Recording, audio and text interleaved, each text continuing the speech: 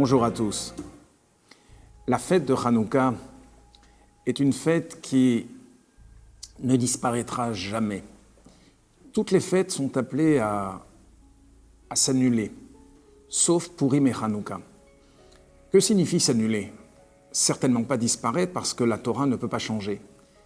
Mais simplement, on veut nous dire que lorsque Mashiach viendra, tous les jours de la semaine deviendront des jours de fête. De sorte qu'on ne saura plus faire la différence entre un simple mercredi de la semaine et un jour de Pessah ou de Shavuot. Mais il y a deux fêtes qui resteront encore au-dessus. Des jours particuliers.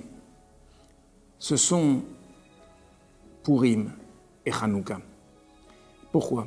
Parce que ce sont des moments où le peuple juif a montré son attachement à Dieu dans des moments difficiles, dans des moments d'exil. La fête de Hanouka a une particularité. C'est qu'on la fête essentiellement à l'extérieur. La Hanoukia est placée mi peitar beto mi bachutz, c'est-à-dire à côté de la porte la plus extérieure. Purim, Pessah, on est à l'intérieur de la maison. Alors que Hanouka est une fête que l'on célèbre vers l'extérieur. Et puis, il y a une autre particularité dans Hanouka. C'est que la Hanoukia est placée du côté gauche de la porte. La mezouza est à droite, la Hanoukia est en face, à gauche. Or, on sait que dans toutes les mitzvot, la droite a priorité. Il n'y a que 2 mitzvot dans la Torah où la priorité a été donnée à la gauche. Ce sont les téphilines et la Hanoukia. Il y a un commentaire qui donne une raison à cela. C'est que la mezouza est à droite parce qu'elle concerne celui qui rentre dans la maison. Alors celui qui rentre embrasse la mezouza qui est à droite. Tandis que la lumière de Hanouka est dirigée vers l'extérieur, comme on vient de le dire. Alors, lorsque quelqu'un sort vers l'extérieur, ce qui était la droite pour celui qui rentre devient la gauche pour celui qui sort, et inversement. De sorte que la Hanoukia est placée à la droite de celui qui sort à l'extérieur. Mais de manière plus profonde. Pourquoi est-ce que la Hanoukia est placée à gauche?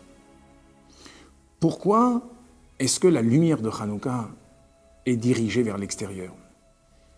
Eh bien, la Chassidoute nous explique que, pour une fois, les Grecs ne voulaient pas détruire les Juifs.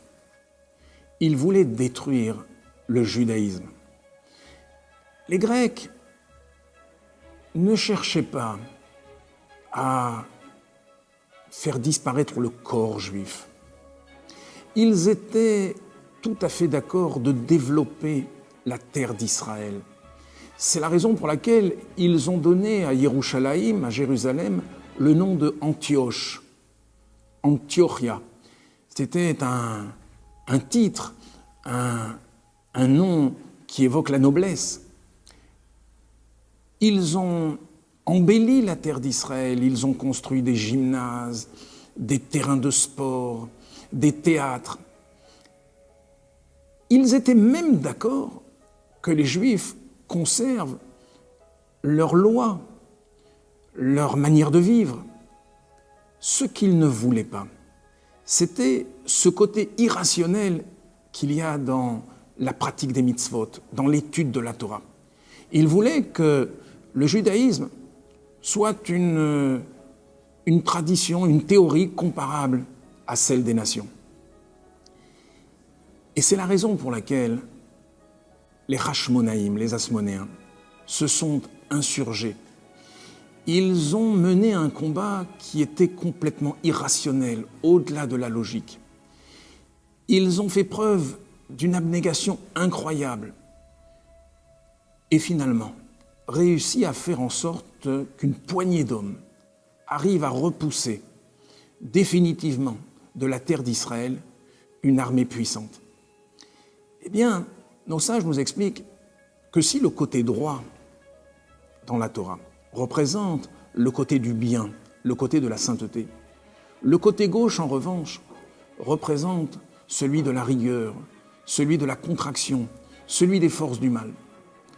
Eh bien, le but de Hanouka, c'est justement de transformer ce côté gauche, de faire en sorte que l'obscurité qui règne à l'extérieur, non seulement ne soit plus un obstacle à la lumière, mais au contraire, qu'elle se transforme en lumière.